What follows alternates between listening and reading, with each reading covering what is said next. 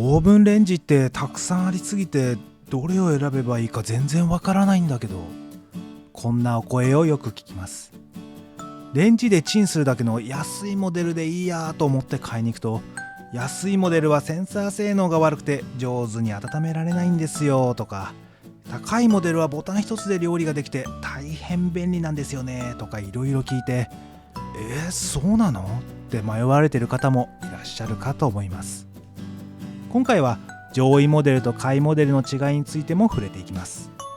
違いは結構ありますので、ご自身に合ったモデルは何なのか、どこのメーカーがいいのか、ぜひ見つけていってくれたら嬉しいです。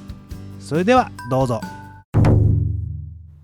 はじめにオーブンレンジの選び方について。まず大きく違うのは機能です。モデルグレードによって明確に異なります。コンビニのお弁当や料理の温めがメインであれば、温め専用の単機能電子レンジ。お値段もかなりお安く、1万から 2.5 万円となります。魚やパンも焼きたい、料理もしたいということであれば、オーブンレンジ。こちらのお値段の目安は 2.5 万から5万円。単機能電子レンジと比較すると、搭載センサーも充実していて、簡単な料理もできるので、人気のグレードとなっているかと思います。さらに、蒸し料理もしたいということであれば、スチームオーブンレンジ。油や塩分もたくさん落としてヘルシー料理を作りたいということであれば、加熱水蒸気オーブンレンジとなります。加熱水蒸気の原理は後で触れますが、食材内部から表面に浮いてくる油や塩分を美味しさはそのままで洗い流してくれる調理機能です。ヘルシーですね。最近ではここの明確な区分けはなく、加熱水蒸気オーブンレンジとして売られることが多く、お値段目安は6から15万円と跳ね上がります。このゾーンが各社の上位モデル帯となり、ここまで来ると調理の幅も広がり、自動調理メニューレシピなども充実しています。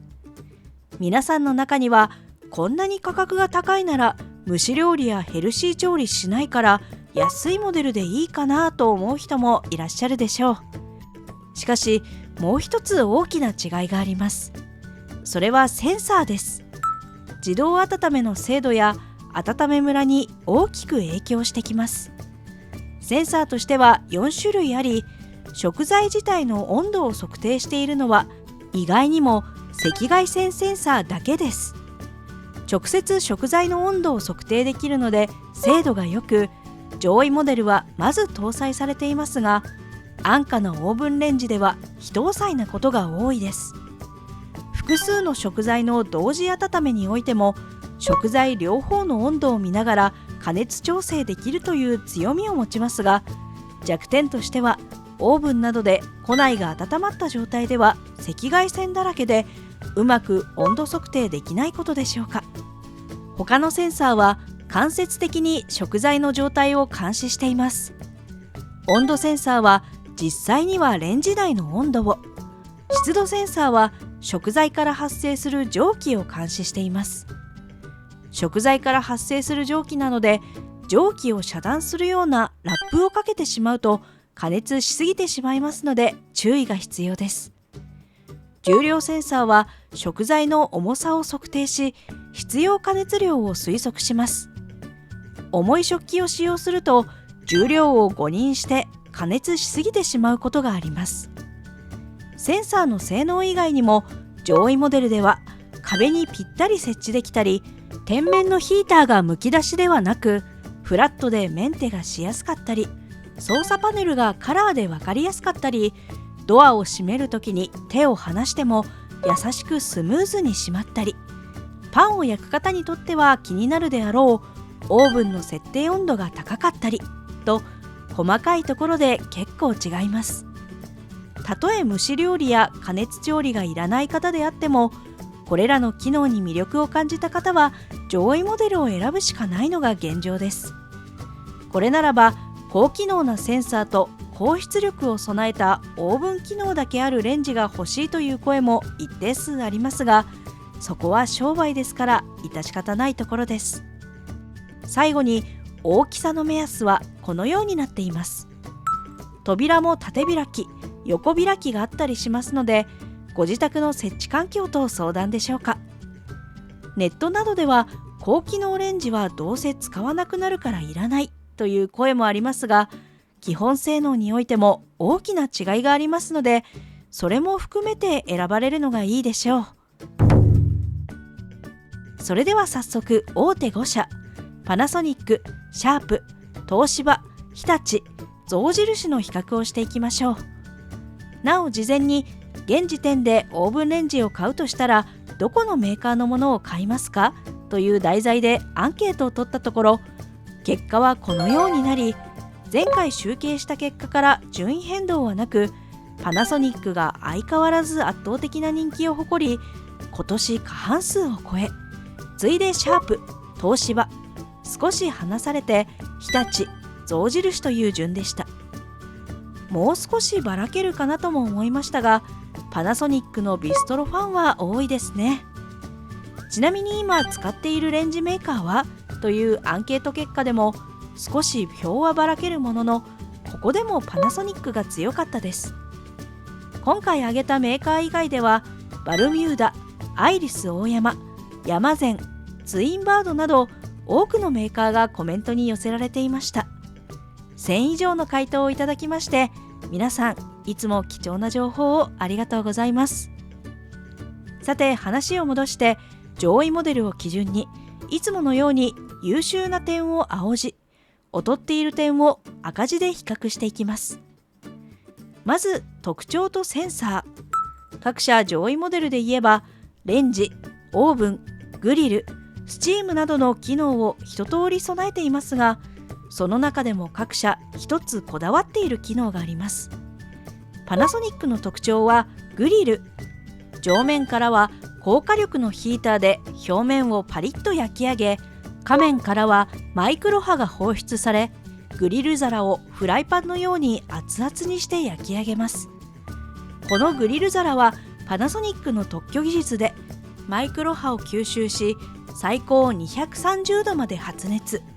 フライパンのように直接食材に熱を伝えます。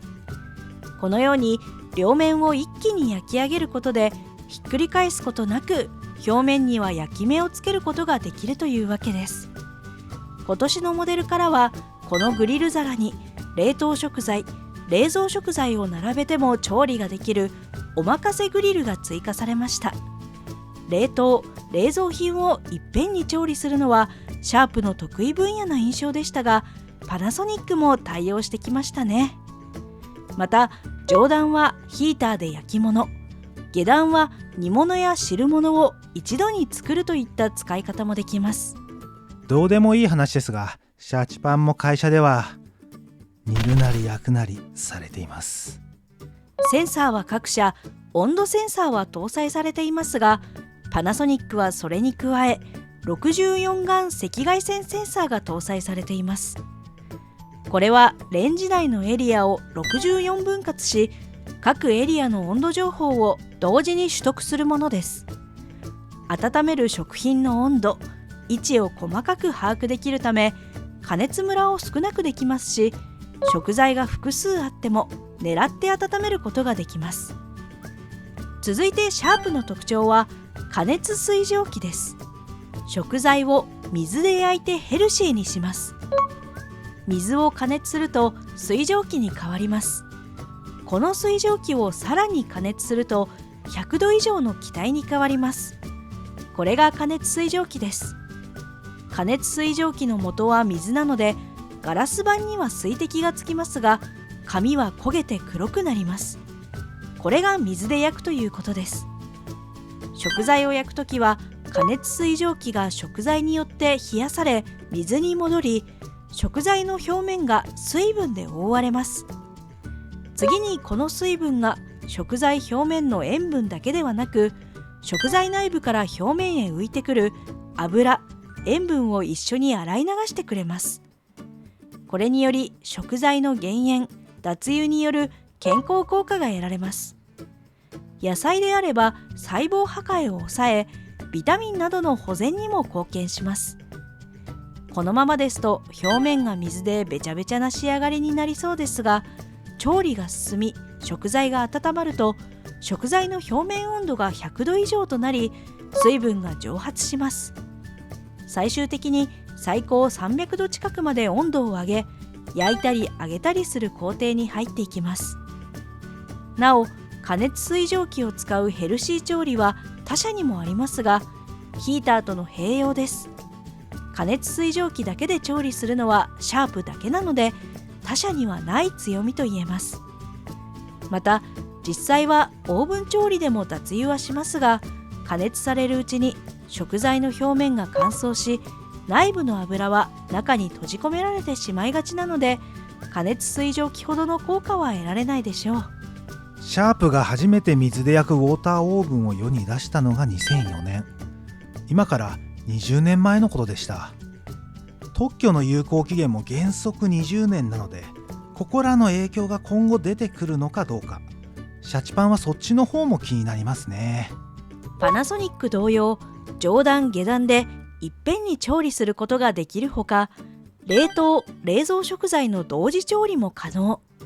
今年のモデルからの進化点は、調理完了後最大30分料理を温かい状態で保持する保温機能、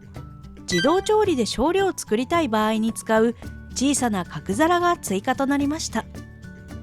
センサーは64眼赤外線ムーブセンサーと湿度センサーを搭載しており豪華です。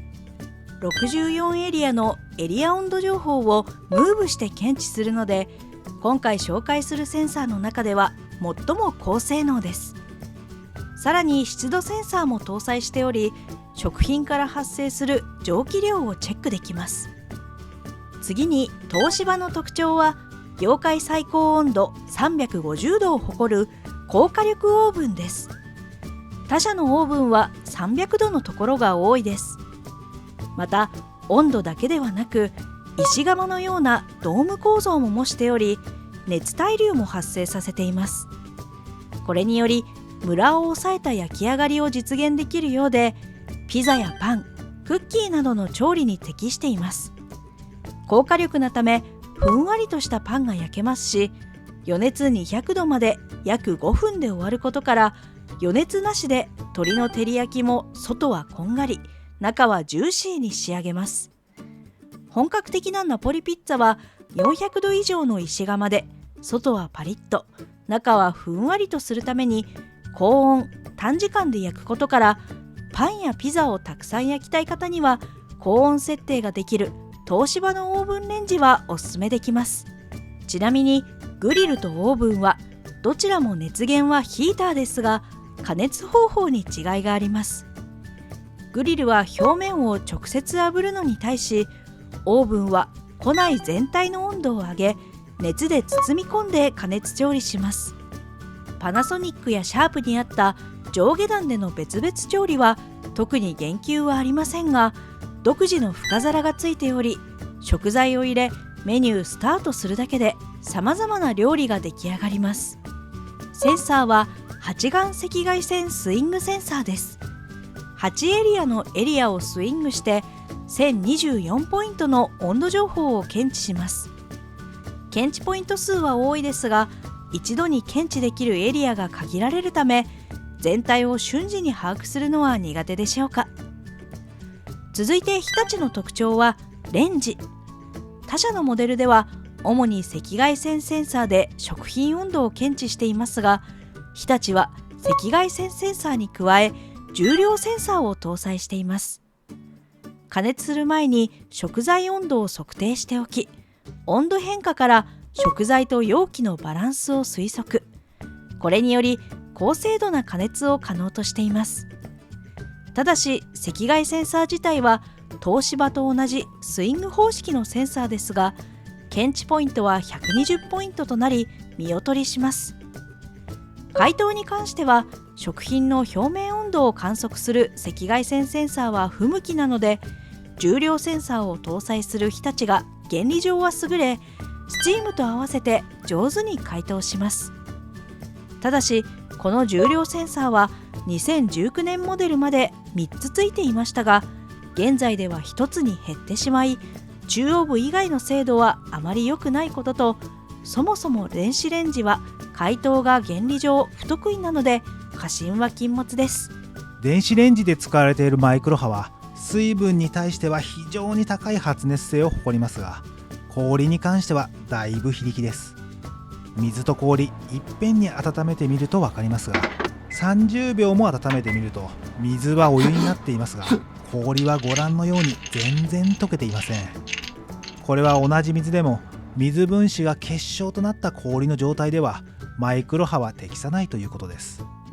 なんとも不思議な現象ですね。次に象印の特徴もレンジ。象印は2005年に一度オーブンレンジ業界から撤退しましたが、2年前から再参入。日立とは方向性が違い、こちらは使いやすさに重点を置いた機能が3つあります。1つ目はレジグリ。レンジで食材の芯まで熱を通し、グリルで表面に焼き色をつける機能です。併用することで時短が期待でき、ハンバーグが13分で焼けるなど多くのレシピを有しています。2つ目は浮きレジ。付属の耐熱ボウルを使うことで浮かせてセットすることができます。直置きの場合と比べて浮かせることで底部もムラを抑えた全方位加熱を実現。位置も固定されるので正しく温度も検知できるといいます。食材の量が制限されたり専用器具を使わないといけないという煩わしさはありますが、使用方法を限定する分加熱の正確性を上げる理にかなった温め方法でしょう。3つ目はサクレジ。揚げ物の惣菜を温めるとべちゃべちゃになったという経験がある方は多いと思います。トースターを用いる方も多いかもしれませんが、厚みのある食材ですと中が冷たいこともあります。この機能はレンジで中を温めつつ表面はグリルで焼き上げるので、衣はサクサク、中は熱々にできるという機能です。ボタン一つで気軽に選べるのもいいポイントです。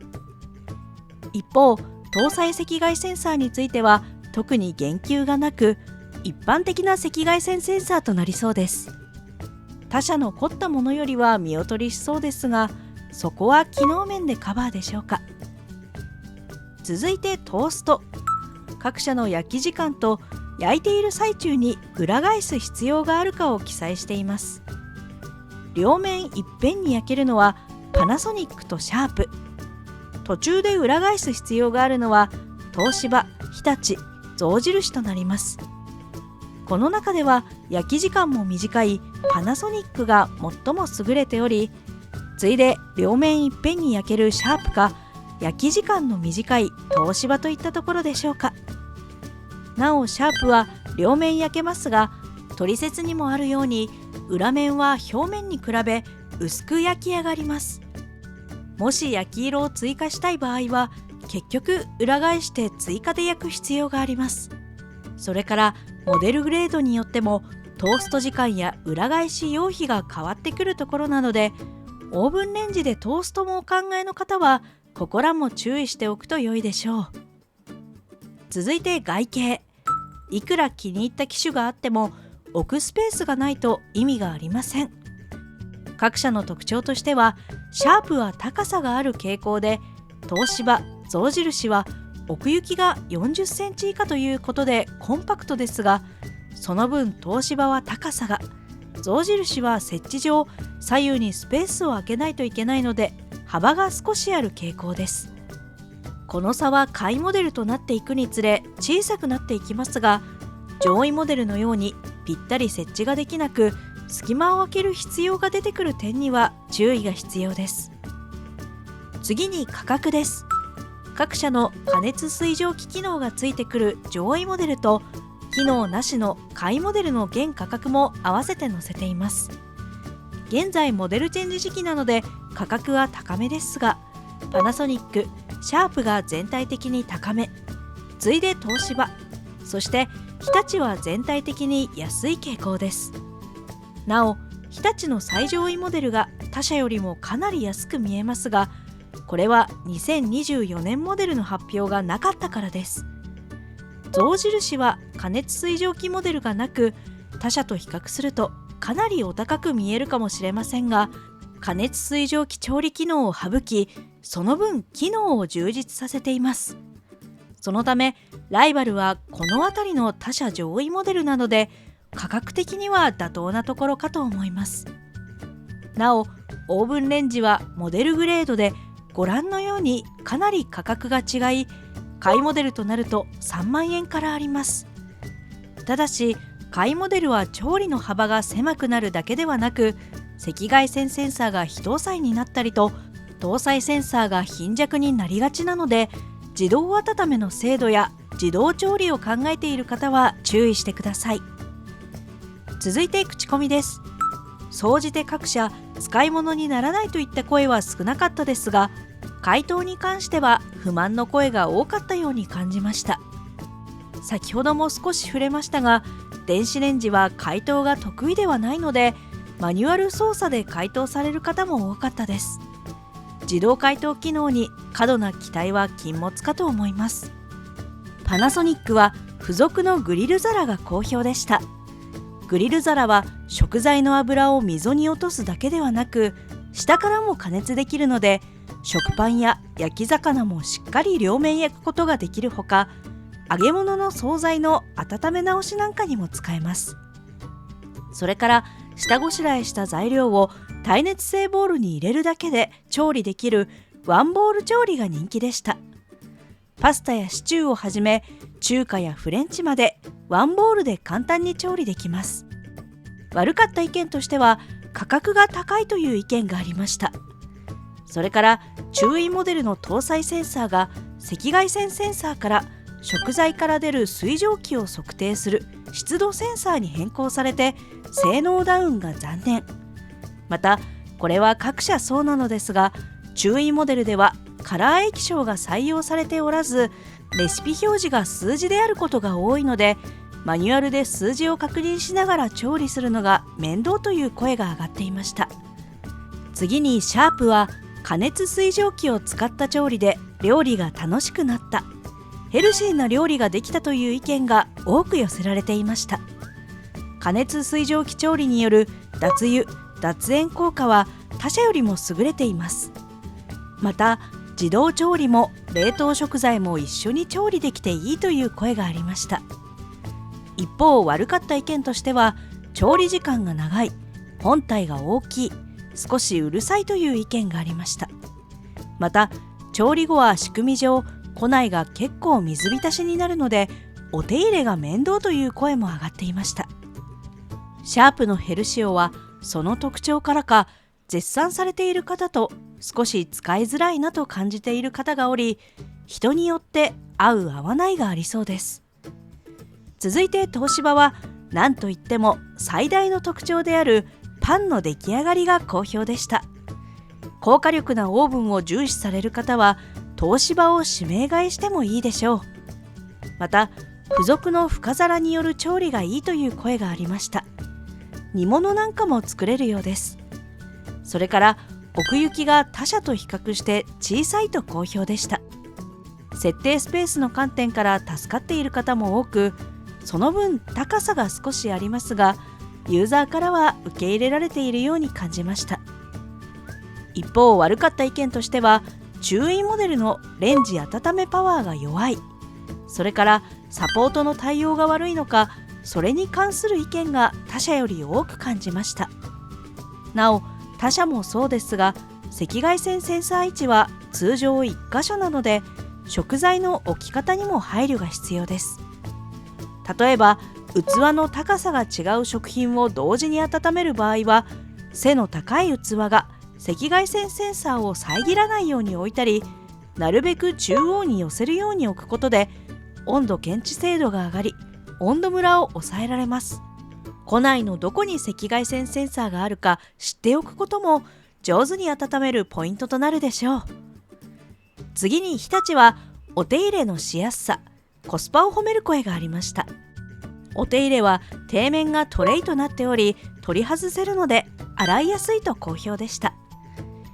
一方悪かった意見としては、おそらく東芝も同様ですが、グリルの裏返しが面倒という声がありました。トーストだけではなく、焼き魚なども調理の途中で裏返す必要があります。それから重量センサーを搭載しているため、自動解凍機能を期待する方が多く、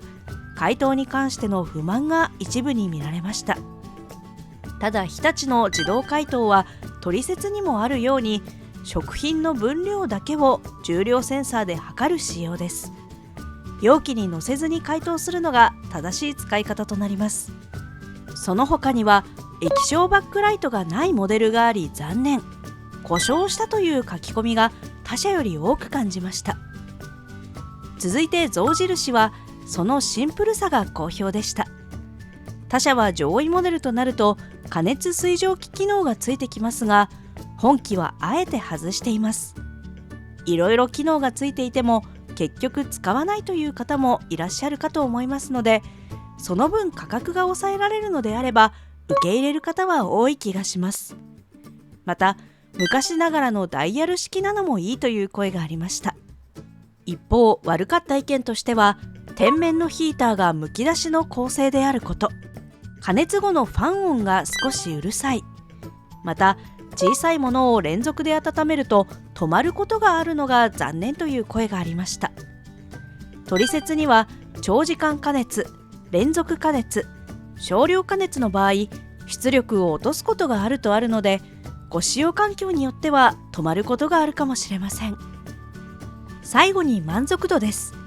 これは現モデルから1つ前までのモデルを対象とした5点満点の満足度平均点数です。前回集計した結果からもどう推移したか見てみましょう。横軸が時間軸、縦軸が満足度点数。